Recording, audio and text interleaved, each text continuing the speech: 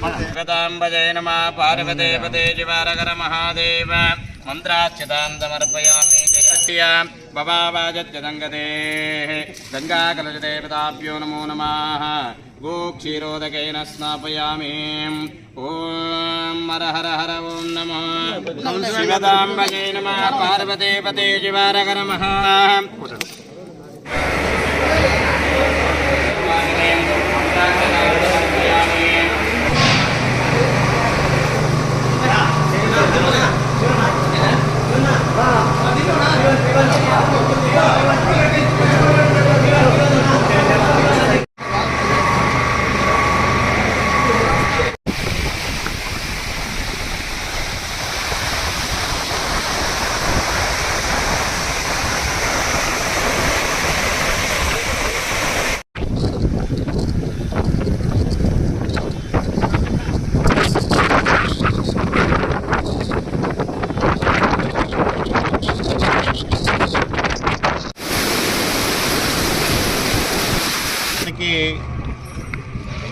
తాగునీటిని సరఫరా చేసే కనేకల్లు ఎస్ఎస్ ట్యాంకుకు ఈరోజు తుంగభద్ర జలాలను విడుదల చేయడం జరిగింది.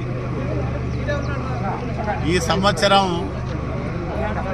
దాదాపు నెలన్నర పాటు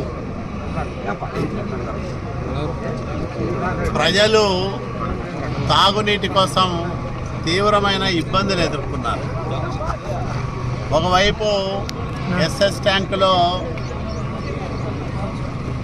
తగినంత నీరు లేకపోవడం, వర్షాలు రావడం ఆలస్యం కావడం వల్ల నీళ్లు అందుతాయో లేదో, తుంగభద్ర జలాశయానికి నీటి సరఫరా అనుకున్న సమయానికి వస్తుందో రాదో అనే ఆందోళన రాయదుర్గం పట్టణ ప్రజలతో పాటు అనంతపురం ఉమ్మడి అనంతపురం జిల్లా ప్రజలందరినీ కూడా వేధించిన ప్రశ్న గడిచిన 20 రోజులుగా.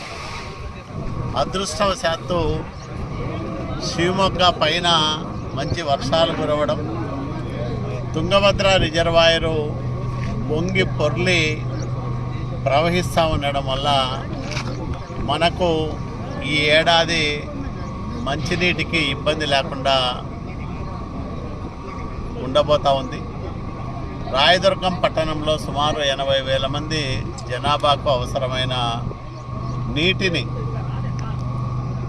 3,050 MLD సామర్థ్యంతో ఇక్కడ నిల్వ చేసుకునే అవకాశం ఉంది. ఇది నిండడానికే 3 నెలల పైన పడుతుంది. ఎందుకంటే ప్రతిరోజు నీటి వాడకం ఉంటుంది కాబట్టి